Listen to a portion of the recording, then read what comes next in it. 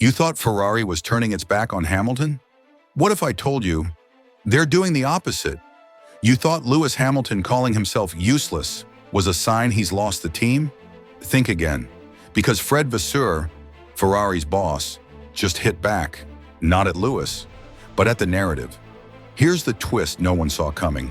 After one of Hamilton's worst Saturdays in recent memory, the man defending him isn't a Sky Sports pundit, it's the head of Ferrari. Fred Vasseur didn't dodge the question, didn't blame the driver. He stood up for him, and his words could change everything about how we read this Hungarian GP. Let's rewind. Hamilton qualified P12. Leclerc? On pole, and immediately, the knives came out. I'm useless, absolutely useless. They probably need to change driver. That quote went viral. Comment sections exploded. The vultures circled. But Vasseur, calm, strategic. Here's what he said. Lewis missed it by a few hundredths. Just a few tenths made the difference. It was a brutal session. Even Charles almost didn't make it. Now that is context. Leclerc survived Q2 by a tenth. One mistake on the outlap, and he would have been out too. And what caused it? A sudden shift in wind, drop in track temperature, tires not switching on. We know the outlap is crucial, Vasseur added. If you overheat in turn 1, you're done by the end of the lap. So no, it wasn't a mental collapse. It was a razor-thin battle in a qualifying session where the margins were microscopic. But this isn't just about one bad Saturday. It's about the shape of Ferrari's future. Because this is a team in transition, and that means growing pains. Yes, Leclerc pulled off a masterclass, but even that wasn't smooth. It was the hardest pole we've ever achieved, Vasseur said. The tires barely worked. The weather kept changing. Even Charles was 1/10 from elimination. So what does this mean for the big picture? It means Ferrari isn't perfect. Not yet. And when one driver nails it and the other misses by millimeters, it's not division. It's data. And Vasseur is using that data to build something more stable. We must remember how difficult this session was, and we need to learn from it. But let's not pretend there isn't tension, because whether the fans want to admit it or not, Leclerc and Hamilton are now in a silent tug-of-war. Leclerc is proving he belongs. Pole positions, daring laps, local hero. Hamilton is still adapting. New team, new culture, different engineering language. And when one is on the front row and the other is out in Q2, the media will twist it into conflict. But inside Ferrari, Vasseur isn't feeding that fire. He's managing it. He praises Leclerc, calls it a resilient performance, but also supports Hamilton, reminds everyone of the microscopic margins. It's not war, it's management. And here's the emotional truth. Hamilton isn't just chasing points, he's chasing purpose. This isn't about adding one more title. It's about rewriting the history of Ferrari. He's joined a team that ate Alonso alive, that spent years stuck in loops. And instead of retiring at Mercedes, in comfort, he chose the battlefield. He chose noise. He chose Maranello. It's been the most intense season of my career, Hamilton admitted. A real battle. I need to recharge. I need to be around the kids. Laugh, let go. That's not defeat. That's humanity. We're witnessing a legend trying to build, not just drive. Now let's be honest. There are risks. Leclerc is fast. Hungary proved that again. The car isn't always predictable, and in Q2 that matters. If tire prep isn't perfect, if the wind shifts at the wrong second, if the setup isn't tuned to the degree, you're out, even if you're a 7-time world champion. So yes, Hamilton is struggling, but he's also pushing a team that's learning to listen. Vasseur isn't panicking, he's calculating. We can't rest on our laurels, he said. We have to learn, even from a good result.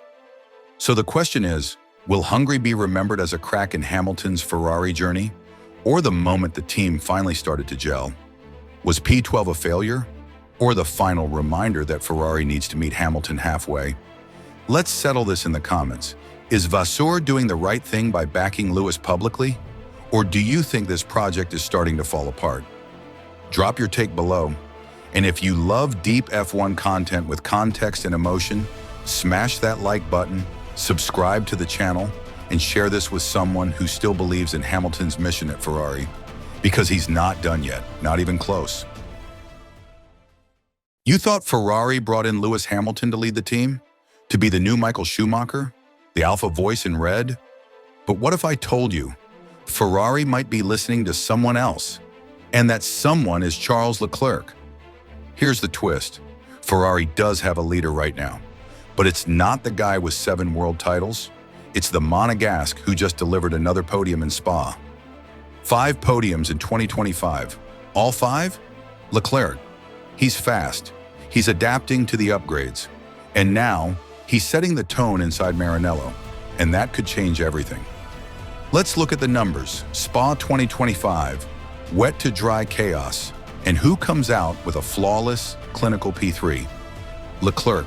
Hamilton, recovery drive to P7. But it's not just about finishing position. According to Ralf Schumacher, Leclerc's performance was perfect. Strong in all conditions, he said, the kind of weekend that makes a team listen. And that's exactly what Ralf is warning about. Ferrari will now naturally follow Charles more. That doesn't make things easier for Lewis. This isn't just about one weekend. This is about influence. When a team has to choose who sets the development path, they follow results, consistency, trust. And so far in 2025, Leclerc has all 3. Let's be clear, all 5 Ferrari podiums. Leclerc best performance with the new rear suspension. Leclerc, more points, more confidence, more synergy. Leclerc Hamilton, meanwhile, is still searching for his first podium in red, still struggling with qualifying, still trying to adapt. And that gap, it's no longer symbolic. Hamilton is 30 points behind Leclerc in the championship. That's not finding your feet. That's falling behind. And here's where it gets tricky. This isn't a toxic rivalry. There's no shouting in the garage, no broken radios, no multi-21. But there is quiet tension. 2 stars, 1 seat of influence, 1 team principle, 1 development path. And Ralf Schumacher just said the quiet part out loud. If the season ends like this, I don't know if this partnership still makes sense long-term. That's not a tabloid headline. That's a warning shot, because when Leclerc thrives and Hamilton underdelivers, even a 7-time world champion can lose the room. But let's not forget why Hamilton came to Ferrari. It wasn't for easy wins. It wasn't for money. It was for legacy. He came to build something, to succeed where so many failed, to win in red, to become immortal. And there's still one man at Ferrari who believes in that vision, Fred Vasseur. He's not just a team boss. He's Hamilton's old ally, the man who guided him to Formula 3 and GP2 titles, the one who signed him to Ferrari. And now, he's staying. Fred Vasseur just renewed his contract, multi-year, long-term vision, and Hamilton fully supports it. It was the right choice. Fred signed me to Ferrari. I want to carry on. So even as the pressure mounts, there's still a foundation of trust. But trust alone doesn't win races. This is Formula 1. And if Hamilton doesn't start performing soon, there will be consequences. Maybe not this year, maybe not next. But the pressure will grow, because Ferrari can't afford to waste development cycles, can't afford to split the garage forever.